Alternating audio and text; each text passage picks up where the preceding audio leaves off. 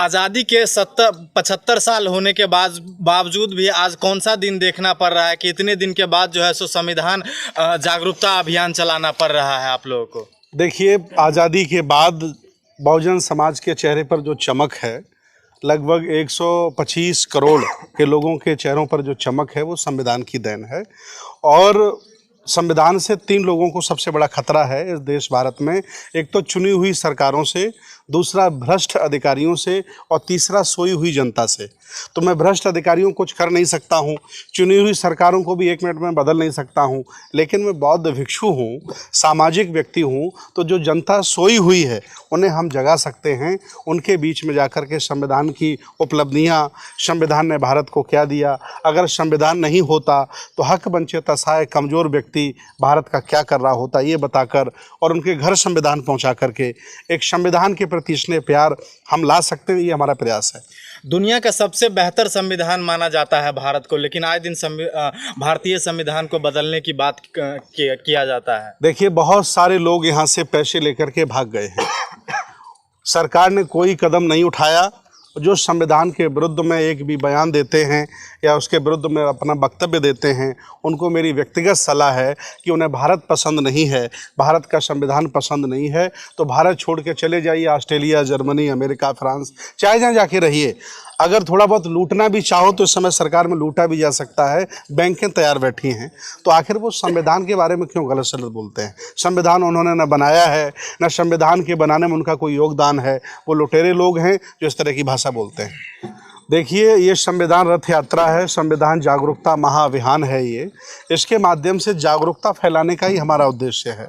मैं कोई पार्टी नहीं है हमारी, न कोई मैं राजनीतिक व्यक्ति हूँ, न मैं किसी पार्टी का सदस्य हूँ, लेकिन समान विचारधारा के जितने भी संगठन भारत में हैं, जो बुद्ध, फुले, साहू, अंबेडकर की विचारधारा से अपने आप को लिंक करते हैं, लगभग उनके मन में इस यात्रा के प्रति बहुत स्नेह है, बहुत प्यार है। वो इसे अपनी यात्रा मानते हैं। उद्देश्य एकमात्र है, हक वंचित समाज को सामाजिक, धार्मिक, राजनीतिक, आर्थिक जागरूक करना और उन्हें अपने पुराने गौरव के साथ खड़ा करना। ये हमारा उद्देश्य है। क्या इस देश में अभी पूरी तरह से मनुस्मृति खत्म हो गई है और पूरी तरह से संविधान लागू हो चुका है? देखिए, संविधान लागू होने के बाद ही पुरानी मान्यताएं 0 हो जाती हैं, लेकिन कुछ सिरफिरे लोग हैं जो उन मान्यताओं को मानते हैं, उन परंपराओं पर ध्यान देते हैं।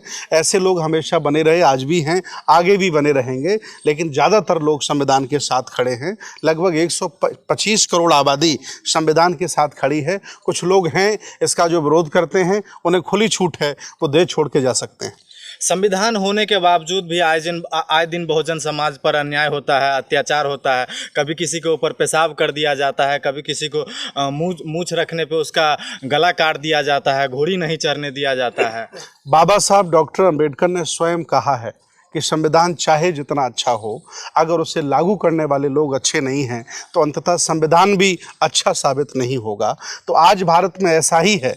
जो लोग भारत की मूल भावना के विरोधी हैं, ये धर्मनिरपेक्ष भारत के विरोधी हैं, अलग अलग रंगों के विरोधी हैं, अलग अलग संस्कृतियों के विरोधी हैं, उन लोगों के हाथ में ये सत्ता चली गई है। इसलिए वो नफरत फैला रहे हैं और संविधान के खिलाफ काम कर रहे हैं। अगर लागू करने वाला, संविधान को ईमानदारी से लागू करने वाला सत्तासीन इस व्यक्ति भारत पर हो जाए तो इस भारत को सोने की चिड़िया बनने में देर नहीं लगेगी।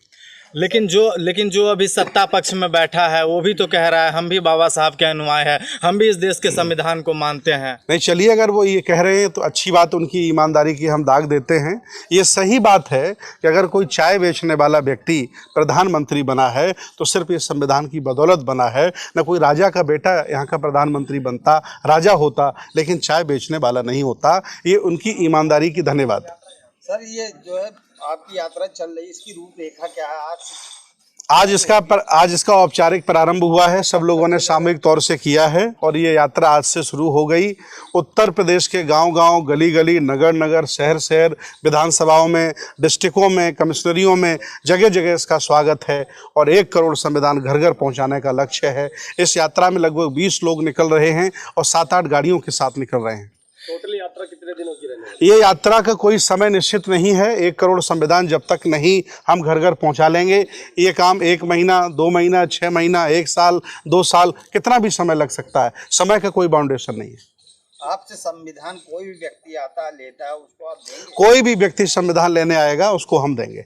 ये हमारा काम है, उनके घर तक संविधान पहुंचाना, और उनसे निवेदन करेंगे, उनसे प्रतिज्ञा लेंगे हम कि वो संविधान को पढ़ेंगे, और फीडबैक भी हम लेंगे फ़ोन करके कि आपने संविधान पढ़ा, कौन सा आर्टिकल पढ़ा, किस आर्टिकल में क्या लिखा है। और हमारी टीम ने भी संविधान का अध्ययन शुरू कर दिया है। हम लोग इस यात्रा में पूरा संविधान प्रॉपरली पढ़ेंगे, और संविधान के बारे में स्पीच भी जगह जगह जो छोटी छोटी जनसभाएँ हमारी लगी हैं उनमें संविधान के बारे में लोगों को बताया जाएगा। मंत्री जी, लेकिन इस संविधान के अंदर जो आर्टिकल्स है वो तो चेंज कर रही है सरकार। देखिए, संशोधन संविधान में बहुत लोग कर रहे हैं, बहुत पहले से चलते आए हैं। संविधान ने मना नहीं किया कि हमें संशोधित मत करिए, लेकिन नियति जिनकी ज़्यादा खराब है वो ऐसे संविधान के आर्टिकल भी चेंज करने में लगे हैं जो हमारे फंडामेंटल राइट हैं, जो हमारे मूलभूत अधिकार हैं, उनको भी चेंज करने का अगर वो मंसूबा बना रहे हैं तो उनकी नियति अच्छी नहीं, इसका हम विरोध करते हैं। लेकिन बहुत 105 बार अभी तक संविधान संशोधन हो चुका है 70 सालों में। देखिए, बार बार तोड़ा गया संविधान, बार बार बदला गया संविधान, फिर भी ये संविधान सबसे बड़े लोकतंत्र का सबसे सुंदर संविधान है। ये संविधान ही भारत को सोने की चिड़िया बनाएगा, बाकी दूसरा और कोई माध्यम नहीं है।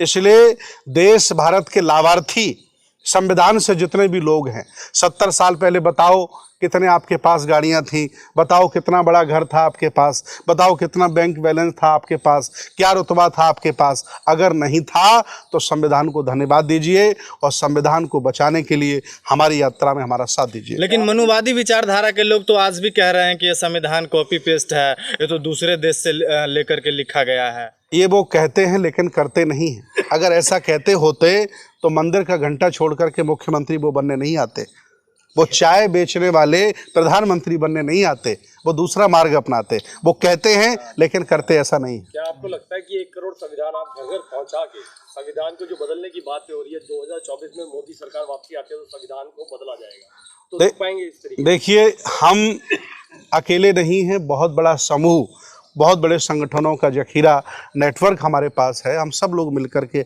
सामूहिक प्रयास कर रहे हैं, और मैं निवेदन करता हूं समान विचारधारा के अन्य संगठनों से कि ये वो जिम्मेदारी स्वयं उठाएं। जैसे हमने 1 करोड़ की जिम्मेदारी ली है, अगर 100 संगठन भारत में इसी तरह से 1-1 करोड़ की जिम्मेदारी ले लें तो 100 करोड़ संविधान बढ़ जाएंगे। किसने मना किया आपको? पूरा देश खाली पड़ा है, वो आए, उनका स्वागत है। और मैं मानता हूं कि मेरे लिए धर्म, मेरे लिए राजनीति, मेरे लिए बिहार बनाना, स्कूल बनाना सब कुछ ठीक नहीं है अगर जब तक संविधान सुरक्षित नहीं है। संविधान ही नहीं रहेगा तो ये लोग हमें शूद्र घोषित कर देंगे, अछूत घोषित कर देंगे, और जो कुछ है हमारे 100 करोड़ आबादी के पास सबको छीन लेंगे। इसलिए संविधान की रक्षा बहुत जरूरी है। भारतीय संविधान को स्कूलों, कॉलेज, यूनिवर्सिटी में लागू करना चाहिए कि नहीं? बिल्कुल करना चाहिए। संविधान को तो राष्ट्रीय ग्रंथ घोषित करना चाहिए, और कक्षा 5 के बाद 12वीं तक संविधान पढ़ाया जाना चाहिए। यौन शिक्षा पढ़ाई जानी चाहिए, संविधान पढ़ाया जाना चाहिए, लोगों को पता चले। ये इतना बैकवर्ड सोच का नेतृत्व है भारत के पास कि अगर ये संविधान विषय बना दिया जाए तो क्या तकलीफ है। सबको पता चल जाए कि अनुच्छेद में क्या लिखा है, हमारे क्या अधिकार हैं, उससे डरेगा भी, अपने आप को सुरक्षित भी रखेगा। संविधान जब तक स्कूल कॉलेजों में नहीं पढ़ाया जाएगा और जब तक इसको राष्ट्रीय ग्रंथ घोषित किया नहीं जाएगा तब तक हमारी यात्रा जारी रहेगी। सर, इसके लिए कोई ऑनलाइन व्यवस्था है? जैसे गांव देहात, दूर दराज लोगों से आजकल ऑनलाइन डिजिटल इंडिया हो गया है, लोग ऑनलाइन देने का अपनी संस्था में है कोई? है व्यवस्था। अगर कोई हमसे 10 संविधान, 5 संविधान मंगाना चाहता है तो हम ऑनलाइन भी भिजवा देंगे। सारी व्यवस्थाएं हैं, व्यवस्थाओं की कोई कमी नहीं है। मंत्री जी, अभी G20 किया, ये मोदी 20 था या जो है वास्तविक G20 था? देखिए, भारत का पैसा था, गरीबों का पैसा था, टैक्स हमसे लिया, GST हमसे लिया, चाहे जैसे उन्होंने खर्च किया, उन्हें पूरा अधिकार है।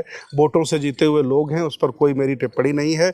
बस हम चाहते हैं कि अगर आप भारत के नागरिक हो और भारत के संविधान के लाभार्थी हो तो संविधान के पक्ष में खड़े हो जाओ और इसकी सुरक्षा करो और इसके बारे में लोगों को बताओ। मैंने एक सर्टिफिकेट भी बनाया है, मैं एक ज़िले में 50 लोगों को दूंगा, संविधान रक्षक। भारत में 2 ही लोग हैं, एक संविधान भक्षक हैं और एक संविधान रक्षक हैं। जो भक्षक हैं उनको हम सब लोग जानते हैं, जो संविधान रक्षक हैं उनको हम संविधान रक्षक का सर्टिफिकेट दे करके उनका हौसला बढ़ाएंगे ताकि वो इस आंदोलन को आगे बढ़ाते रहें और संविधान घर घर पहुंचाते रहें। आपने इस रथ पे तमाम सारे बहुजनों का, महापुरुष का प्रतिमा लगाया है, फोटो लगाया, इससे क्या मैसेज आता है? देखिए, बहुजन आंदोलन और समर संस्कृति, और ये जो भारत है, जो जितने भी संत गुरु महापुरुष हमने लगाए हैं, ये समता प्रेमी हैं, ये जातिवादी नहीं है, छुआछूत को नहीं मानते, ऊंच नीच को नहीं मानते हैं, जो संविधान मानता है। संविधान जो चीज़ नहीं मानता उनके फ़ोटो नहीं है यहाँ, जो संविधान मानता उन्हीं के फ़ोटो हैं, जिन्होंने कभी ऊंच नीच नहीं माना, छुआछूत नहीं माना, जात भेद नहीं माना, और जिन्होंने शासक होने के बावजूद भी अखंड भारत की स्थापना की। ऐसे ही लोगों का हमने फ़ोटो लगाया है जो आदर्श हैं भारत के लिए, इस यात्रा के लिए आदर्श हैं, ताकि लोग उनके बारे में पढ़ें, जानें कि ऐसे महापुरुष हुए जिन्होंने इस देश को आगे बढ़ाया।